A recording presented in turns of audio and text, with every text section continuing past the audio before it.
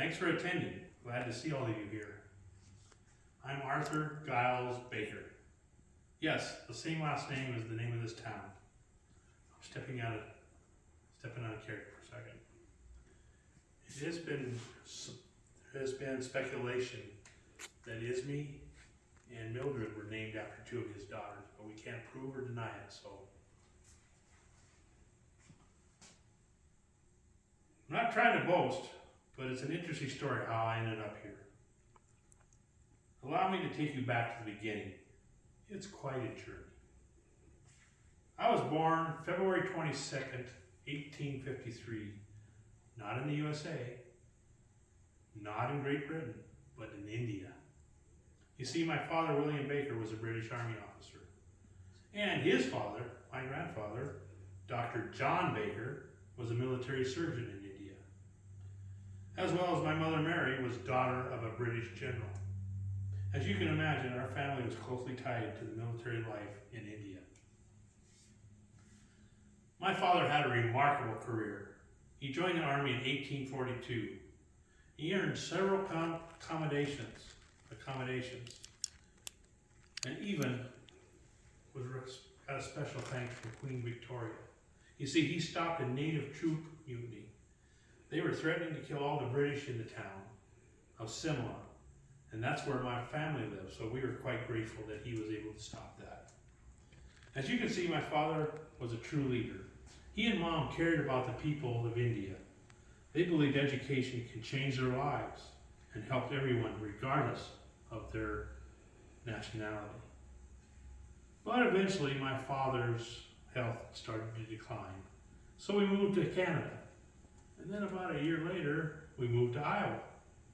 There were 6 of us children, so it was quite a change from India life in India. I went to school at Decorah, Iowa, a small town surrounded by farms. Sound familiar? The big shift from congested cities of India, but I did grow to love Iowa. After high school, I attended a polytechnical school in Troy, New York. This is the oldest engineering school in America. This is where I learned my skills that led me through my adult life. I graduated in 1876, a few years after the economic downturn known as the Long Depression. You see, jobs were tough to find, not only in America, but also in Europe. I spent 2 years searching for a job, and finally, in 1878, I found one and got hired by the Chicago, Milwaukee, and St. Paul Railroad. My first job was axeman, not a glamorous job at all. Basically, I cleared the brush and the trees from where the railroad was going to go through. I didn't mind starting at the bottom. I knew if I did hard work, I'd be able to get advance, and I did. In that summer, I first became chainman, then rodman, and then transit man. Of course, each job came with more responsibility. I got to see some amazing projects. One of them that comes to mind is running transit from Sheldon, Iowa, all the way to the Missouri River, which was in the Dakota Territory, which is now part of South Dakota. There were no towns or railroads back then, just wide open spaces and skies. The work was tough but rewarding. Laying track was more than just building a town, or train path, about connecting people, opening up new parts of the country for settlement, bringing goods and services. The railroad was the background of this growth, and I'm proud to be a small part of that. Let's fast forward now to 1908. I've been working for the Chicago-Milwaukee Railroad for 30 years by then, helping expand the railroad's reach, and was pushing as we pushed further west. That's how I ended up in eastern Montana.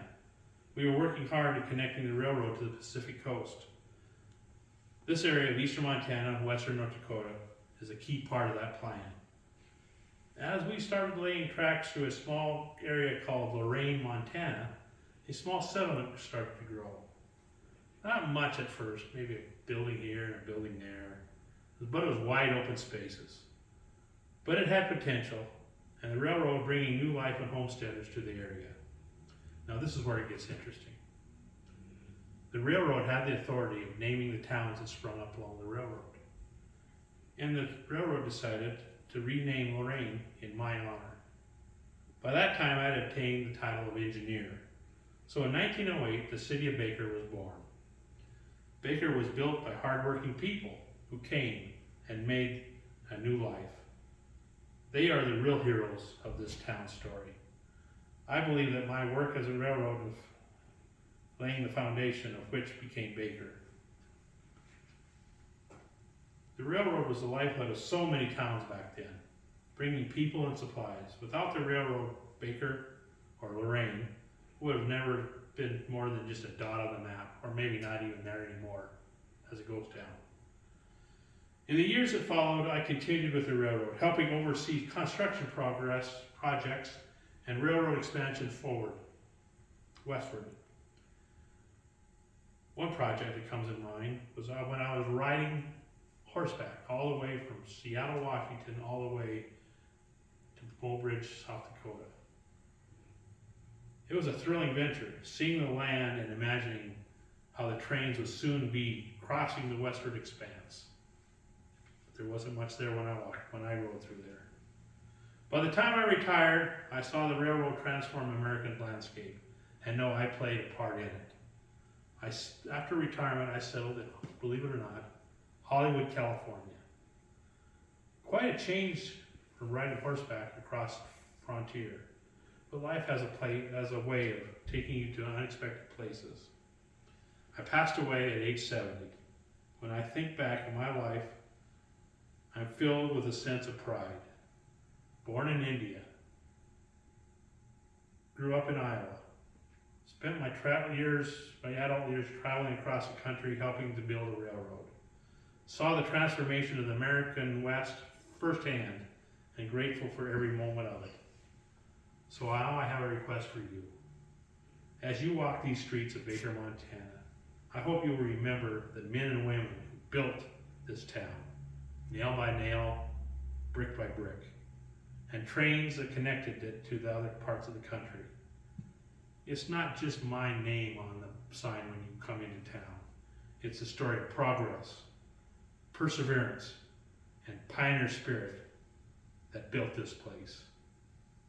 Thank you for coming and joining me in remembering my part of this great story.